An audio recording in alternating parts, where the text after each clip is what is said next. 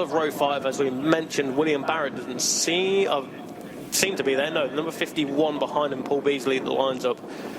And the end of row number 8, I believe, Jack Griffiths is not out there. But we do have a green flag at the back then, so all eyes to the lights. Oh, I'm looking forward to this one, mate. It's going to be a classic, I reckon. Here we go, then away we go. Who gets the jump? Max Hardy's off away well, but it's going to be Matt Weatherall leads. Fenton Seabright doesn't get the start there. Somebody from the second row starts to give him a hard time at Paddock Hill Bend, but Fenton holds the inside there as he chases after Maximus Hardy. The pair of them are chasing hard after that Jigsaw Sixer, and we got some out-braking action in the first corner there. Max Hardy there, just on the inside. Matt Weatherall's been put to the outside there, so I think the young guns have just said move out the way. Yeah. Max Hardy and Fenton Seabright both through. That's Josh Harvey up the inside of Tommy Downs. Runs a little bit wide. Tommy Downs says thank you very much, I'll take that back.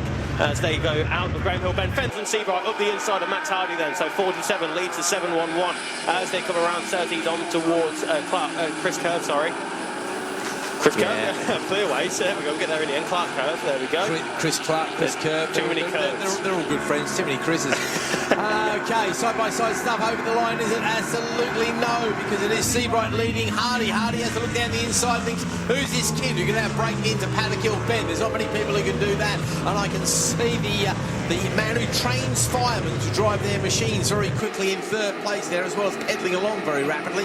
Mr. Weatherall in third, and again, Matt, I need to keep a close eye on the lap records in the Thunderbike Sport as well, of course, because I wouldn't be surprised if Matt went very quickly trying to chase after these two youngsters. It's a 49.4. Thank you very much indeed. We'll have to wait and see how we get on a little bit later. I'll remember that number, because I'm not going to worry about the Super Twins, because I'm sure it's going to get set in this particular race. So we won't worry too much about that. Let's see, fastest lap earlier, we did see a 49.9. So Matt is quite on the pace there as the leaders come across the line. Seabright and Hardy come across the line, separated by 0.2 of a second. We're into the 49s already. It's a 49.8 for Seabright. Again, we're seeing purple in sector 1 for Seabright. He gets his way around sector 1 brilliantly fast, but it's his rival who goes quicker in sector 2, chasing back after him. So whatever he's doing, his rivals are copying him, but going that little bit better in second place there.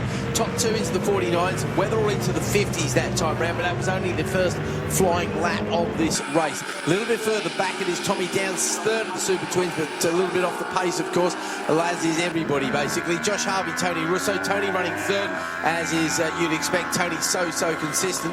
Looks like the rookie Taylor is that's Darren Taylor, I think, is right up there in the championship. We'll look at that a bit later, as well as Seabright Hardy come across the lap into the 49 mids, 49s there.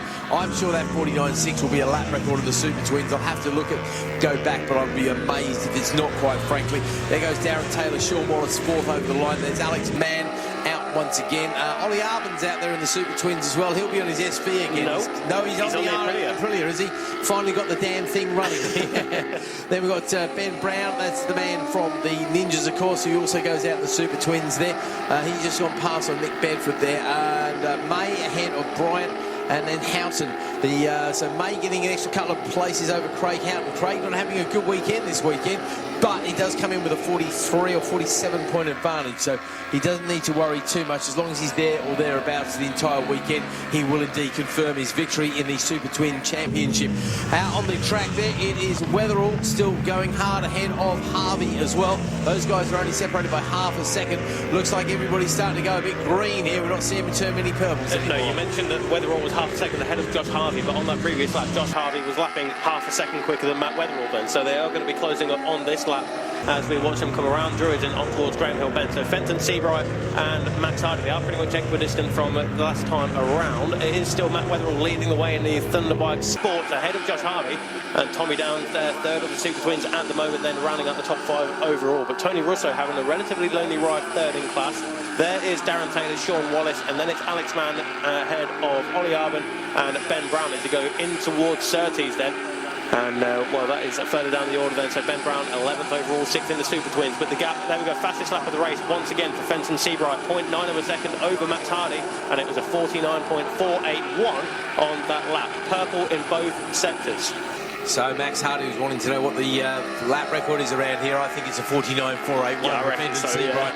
I cannot believe anybody's gone quicker than this youngster on this particular machine, because he's doing an amazing job out there. Totally race fresh, of course, after coming straight off of the 600, a bit like Josh Wainwright did with the TZ. In his defence, there's also a big gap between riding a Super Twin and riding a 600 as well. So the youngster adapting to both those bikes very, very rapidly indeed. He's doing an amazing job out there. Be interesting to see where he goes to from next year. I imagine it's going to be at some sort of level that maybe doesn't even race at this place unless he's comes back to the BSB. Over the line they go then. It's Hardy. I think... sorry, Pip's got a rider down here. Looks like Logan Stone, number 5, has dropped it down here at Graham Hill Bend. So Logan Stone and the rookie Thunderbike Sport just asked a little bit too much from the front end. Oh, is that a front end? Oh, okay, yeah, because looks quite nice. Usually when you end up, no, actually a front end just on the clip. I wonder. I wonder if he's clipped the curb on the inside there. That looks like a foot peg to curb kind of a moment there. But Logan is absolutely fine. He's up. He's okay. He's cursing his luck. He's picking his own bike up. The marshal's coming to help him there. Obviously, there's no point in getting too excited because you ain't rejoining the race, I'm afraid. Right, Seabright then, 49.373. Surely that's a lap record. Going to make a note of that one, but I reckon next time you visit your notebook, your ink's not going to be dry. It's going to be Fenton Seabright, as you mentioned, coming across the line this time around, 2.1 seconds ahead of Max Hardy, but both of them, interestingly enough, a 50.9 for Seabright and 50.7 for Max Hardy. Their personal best on that lap for both Matt Weatherall and Tommy Downs, who's now half a second behind Matt Weatherall. So we do have a three-way battle for third place overall. They're making their way up in towards Druids as we speak then.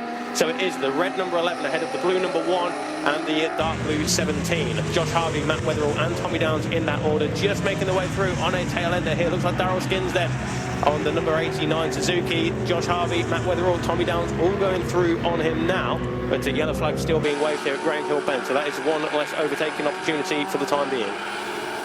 Yeah, certainly running out of time. I'm really expecting a three-way scrap, actually, for the lead there between Seabright, Hardy and Harvey. Unfortunately, they all decided to separate, and I'm surprised Weatherall and Harvey aren't into the 49s, actually. I thought they might be skirting the lap record a little bit harder than they are, because it doesn't seem to be too bad a day to be going quickly. They're very slow lap for Fenton Seabright, about a second slower than we've seen him. That'll be a traffic thing. He's also just picked up a last lap flag, as indeed as everybody else has just gone across the line there. Downs, Russo there. Russo, Tony, and then there's you want to know how to ride it. Consistency. That man is a total model of consistency there. He really is. Absolutely brilliant. So Logan Stone came into this meeting 33 points behind Darren Taylor. Unfortunately, he's lobbed it, and Darren is actually leading the rookie section of this, so that's definitely going to be a 25-point advantage, though I didn't make a note of earlier. So I've got it here earlier, so it was Logan Stone with 25 points, okay. Darren Taylor with 20, so it opened up to 38. Yeah, righto. Not for very long, unfortunately. No, checker flag's gone out there. Darren Taylor, bike number 7, currently in 7th place overall, but he is leading the rookies at this stage. So it's Fenton Seabright who takes the victory by 4.7 seconds over Max Hardy. Matt Weatherall by a 10th of a second over Josh Harvey. Matt going personal best on that final lap. Tommy Downs up next, 3rd of the Super Twins. Through goes Tony Russo to round out the podium in the Thunderbike Sport class. There is Darren Taylor. So Darren Taylor, bike number 7, will take 25 points in the rookie Thunderbike Sport. So that will close the gap back down from 38 down to 13. Wow, that's a big difference there. Right, okay. Fantastic stuff then from the Thunderbike Sports and the Super Twins.